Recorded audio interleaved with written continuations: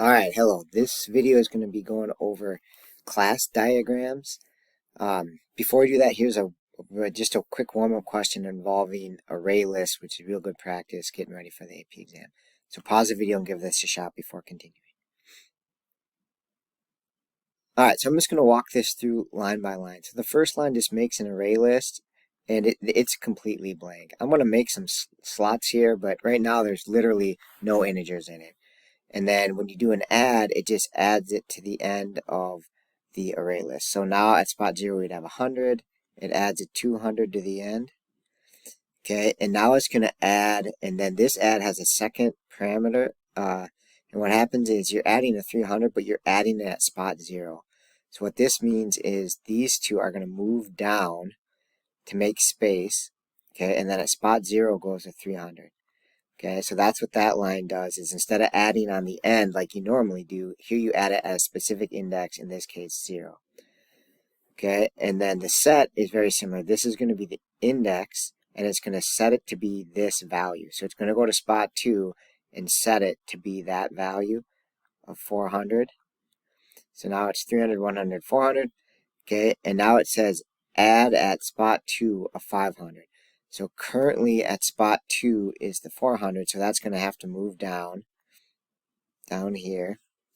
200 is completely gone. Sorry, that's kind of confusing there, but the 200 is completely gone, and now we're adding at spot 2 the 500. And again, all that happened with the 400 is that it moved down one spot there to make space. So I think it should be 300, 100, 500, 400. So it should be that one. Okay, anyways, we've been studying objects and classes, and we're going to talk about like a class design diagram. And this is just something that I think could show up on the AP exam. And it's not really anything new. Here's our class of cat, and it looks like this is our data, sometimes called instance variables, or sometimes they call them attributes of the class. Like the cat has an attribute of name and age. And again, the data is pretty much always private. I can't think of an example where it really wouldn't be the case, especially on the AP exam. And so all that's over here is this class diagram has three parts. It has the name of the class, and then it puts the data or the attributes in the second box. Attributes. Okay. And then the way it lists the data is this little negative there means it's private, means it's not available really outside of the class except through the methods. Okay, so that means private. Here's the name, and here's the type of variable, the type of data it is. Okay, so it's just like a programmer might use this when they're figuring out what their class wants to have. So they'd maybe make this diagram first and then start creating the code. And you can see we've got a second piece of data here that's private. It's an int and it's named age. Okay, and then down here we have the methods, and that's in the third box of our class diagram. And again, this plus is just going to mean public. So it goes the type, the name of the method, and then this is if there's anything returned by it. So this one looks like it's returning a string get name, and get age is returning an int. So you're used to typing this code, but this is just like a diagram that kind of spells out what's going to be in the code. Okay, so here's another example, and this is more what it might look like from an actual programmer. Is the company or somebody might come up with, say, hey, we want to make a car class, and then they would put this diagram together, and then you could use that to start generating your code. Okay, so the question would be, to see if this makes any sense, see if you can pause the video and come up with what would the code be here given this diagram. And hopefully you had a chance to try it, but basically the name is car, which I guess is already up there. And then as far as what goes here, for the data, so we would have data or attributes, I guess they're calling them here, but there would be 3 of them. And they'd all be private. If you look here, these are all negatives. That means they're private. So you'd have a private string for the make of the car, and then you'd have a private string for the model of the car. Kind of makes sense. And then you'd have a private int for the year of the car. So that's all that that box is telling you right there. Okay, so that would be the data. So I'm going to make this try to fit a little bit better here. And then you would have methods. And the methods that they want here, based on the diagram, put some methods here, they would be all public again, because they're all pluses. Sorry, that says visibility there if you can't see it. But it'd be all pluses, all public.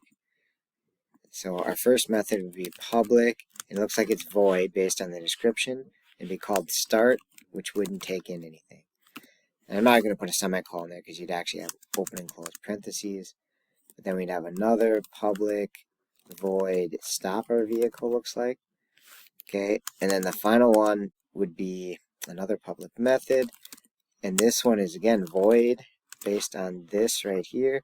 But this just means it takes in. It says in speed, which is an int. So this one would be called drive, and it would take in an int called speed. Okay, so that's what the code would look like if that is the class diagram. Okay, and again, that's really how you would use it. You'd have this diagram, and then you'd make the code based on the diagram. Okay, another example. I'm going to see if you can go the other way. So here's our superhero class that we made in class. And then here is the instance variables, and here's some methods. So see if you can fill in what would the class diagram look like. Again, pause the video. Okay, in the top goes the name. So this would just be superhero, would be the name. And then here you would put all the data, and it's all going to be private. So I do a minus name, which is a string. And I'm going to look back to make sure I did that right. Let me see if I did that right. Yeah, so you do the visibility, the name, and then colon whatever type of variable it is. So it would be private name string. It's kind of weird because it's a little bit different order than what we do in class. And then we'd have on superpower, which would also be a string. And then we would have an age, which is an int. And again, these are all private. And then we would have num kills, which would also be an int. And that would all go in that box. So see if I can make it fit here. Alright, there's all our attributes. And now we would just do the same thing for the methods. Except these, really the big difference here is these are going to be public. So they're going to have a plus sign. And then I think the name of the method comes next. Yeah, the name.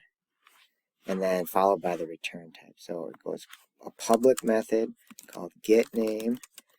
And that returns a string.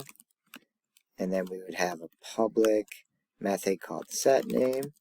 That's going to take in, so let me see how they did that again. They did in, and then the name, colon, this is all backwards than what we're used to. So in new name, which is a string. Ugh, that's messy, because it's so backwards than what we're used to. And then that one is void. So it would be void on the end of that. And then we would do the new kill method, which doesn't take in anything and is also void. So I think I'm going to make sure that matches, but that seems to match what is written back there. Okay, so that's what the diagram would look like. I don't think you have to create the diagrams on the AP exam, but you have to like understand and be able to read them. I'll show you a sample question here in a second. Okay, one more one practicing creating a class design diagram given our class here. Pause the video. Give it a shot. Okay, in the top is just going to go the name, which is student info. And then next you have all the data, which is, there's just two of them here. And again, they're going to be private as always. Okay, so we're going to do minus symbol, the name of it, major, colon, string. I'm really struggling with this because it's so backwards, but private variable called age, which is an int. And again, that's so backwards in how we're used to, but that's how it looks in the class diagram. Okay, and then the final one is the methods. Look like there's two of them. So we're just going to list them here with plus symbols because they are public. So this one's called get major, doesn't take in anything, and it returns a string. And then we have a get age, doesn't take anything, and returns an int. All right, and that's what the class diagram would look like for this student info. Okay, final thing I'm going to do with you here is give you what it looks like on the AP exam. So pause the video, read over this. This is about a book one, and it says the class contains 3 instance variables, their data type, and the third section contains the methods and the return type. All right, and it just kind of describes what we've already talked about a little bit. So which one would be the most appropriate for the book class? So pause the video and give this a shot. Okay, so basically I'm going to start to eliminate some. Like this one has private variables and public variables because of the plus and private methods because of the minus. So that is backwards. So that one cannot be right. And that's going to be the same for this one. These two are literally not right. So looking at these ones then, so this one would be wrong because get num pages should be an int, right? The number of pages is not a string. So this doesn't make sense here. So this one's out. And then this one has the right public private. It's got 3 variables. The title and author are strings and the number of pages an int. And then those return types match the method. So I think for sure this one's going to be the right one. So hopefully this is pretty easy once we've at least seen these class diagrams now. All right, that's it. Thank you for watching.